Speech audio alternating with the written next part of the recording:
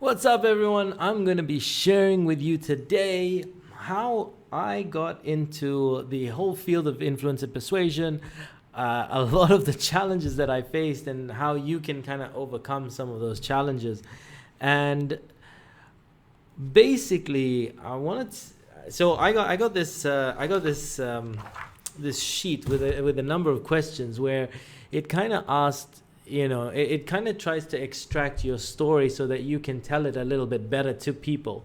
And in going through it, I said, you know what, why just answer it for myself? Why not make a video and share it? Because that's ultimately the goal. I want to be sharing my story with more people. And so I want to tell you how I kind of got into this field, how I became so passionate about influence and persuasion. So first of all, my backstory. Where did I start out? You see, when I was growing up, I was this really shy, awkward, and bullied kid, right? I was bullied by the guys. I was made fun of by the girls. Even like the cat used to sit on me. I didn't have that many friends. Well, I thought I had friends. I considered them friends. Let's put it this way. The people that were bullying me, right? Like, I wanted to fit in so badly that I accepted it. Like, I accepted the bullying, the beating, the being made fun of because, well, what else would I do? I knew nothing else, right? That was the only circle I had, and well, I accepted it. So growing up, it was a bit hard, I gotta say. Like, I went through a lot of challenges, trying to fit in, trying to be strong, and trying to, well, just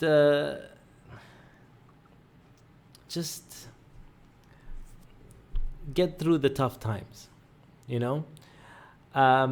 but deep down inside, after being made fun of so much, after being bullied for so long, I just thought, you know what I really want is, I'd love to feel like I'm popular.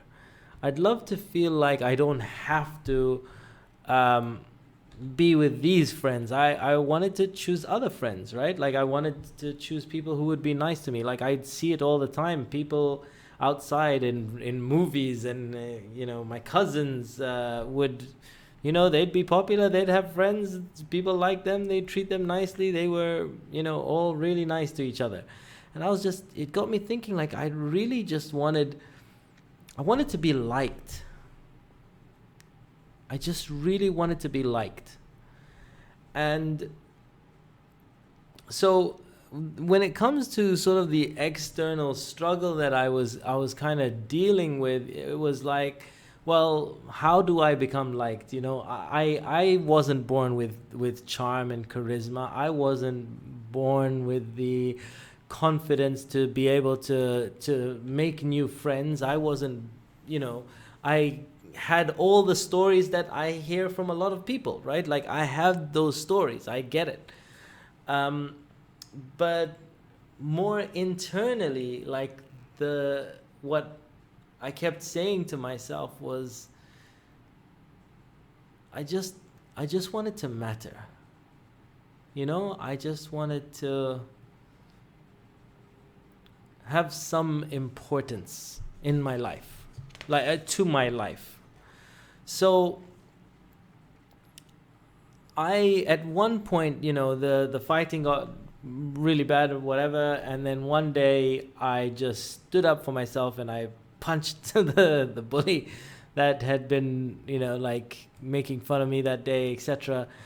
And that day, a whole number of things happened. Like, I just suddenly became isolated from that group because I'd stood up for myself. Now, they'd stopped making fun of me because, well, bullies want a bit of an easy target, and I wasn't an easy target anymore. They weren't friends with me, so they weren't talking to me. I just was there. And so I said, okay, I have to start finding new friends, really. I have to find a new way of mattering, of fitting in, of people to fit into. Because you got to understand, like, we need people. It's a human need. We need that. We have that need for connection. And my happiness, especially at a young age, when there wasn't much TV and etc., was literally based on having friends. And so I said, okay, let me try and figure this out. So I started, hey, let me look into this. How can I make more friends? How can I start to become popular? Now, back in those days, this is actually around the time that Bill Clinton was kind of ran for president and became president. Now, I'm not American, first of all, and especially at a young age, I did not care about politics, and I don't discuss politics at all. But one thing I did remember when I was younger was someone said, you know what, like, oh, Bill Clinton, he used to be, when he was young, he was bullied and he was made fun of, etc. And look at him now, he's really charming and he's able to speak to anyone, anytime, anywhere, and speak with great audiences and inspire people to vote for him and all sorts of things.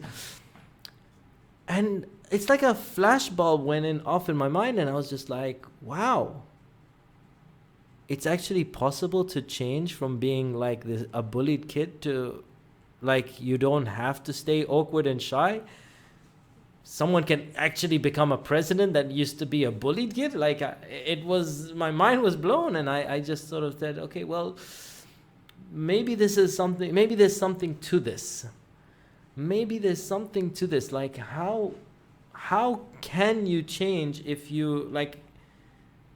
people aren't born confident, if people aren't born charismatic, then how does someone actually become charismatic and charming and confident?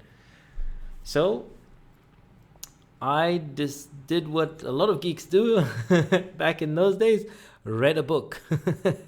Now, first of all, I gotta say, it helped that I only had Oman TV when I was growing up. Like, I'm from Oman.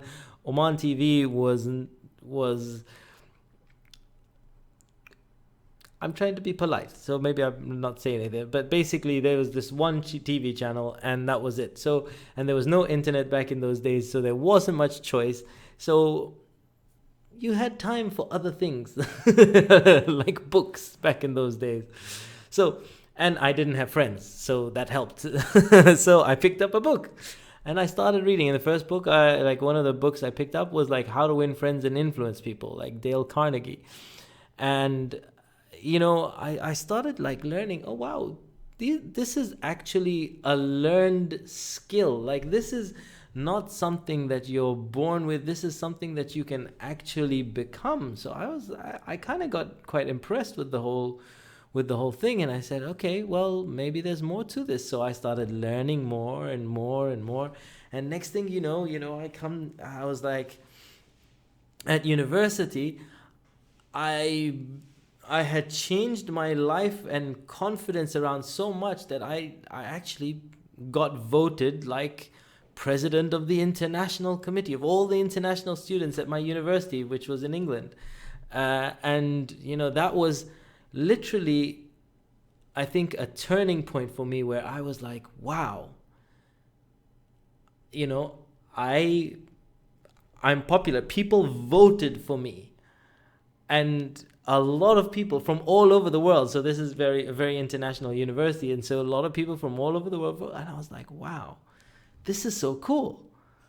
I got voted. I must know how to connect with people, how to impact people. I must be really good at this now. So then, after university, having a little bit of a big head, I got into sales, thinking, yeah, you know what, I'm good with people. I'm good. And I initially got into door-to-door sales, and I gotta tell you, I worked on pure commission. And you learn very quickly to get rid of your ego because you don't know it all. Like when you work on pure commission, you're basically, if you don't sell, you don't eat, right?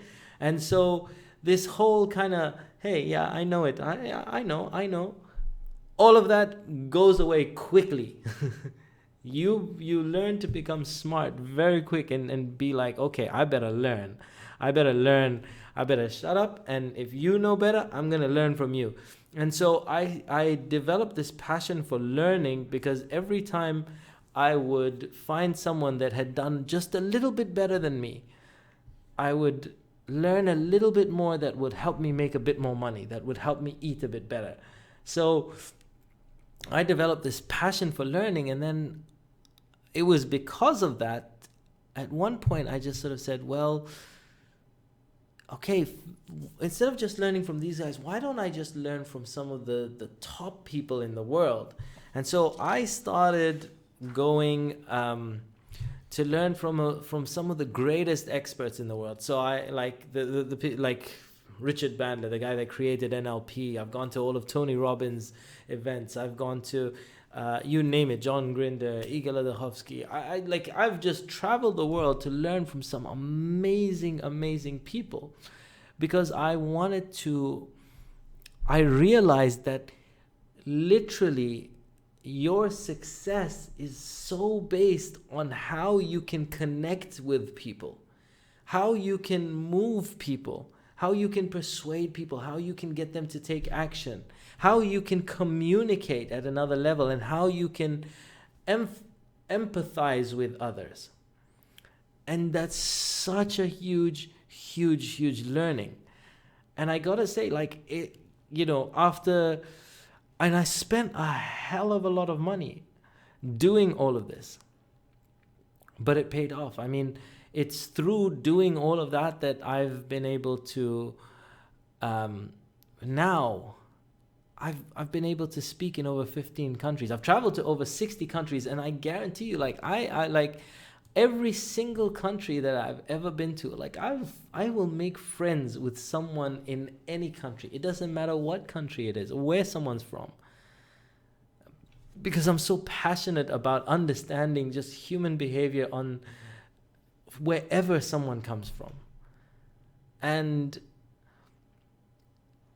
the person that I became as a result of it, now I bring out the best in people. When I was weak, I brought out the worst in people, but now I only see good in people, by the way. And I choose who I want to hang out with. I'm able to make friends with anybody, anywhere, anytime. And I'm so passionate about helping people do the same, because I know what it's like. I know what it's like to wonder, to feel like you don't matter, to wish you were like other people. I know what that's like. I know what it's like to feel like you're helpless, that there's no other alternative. And I know what it's like to be on the other side, where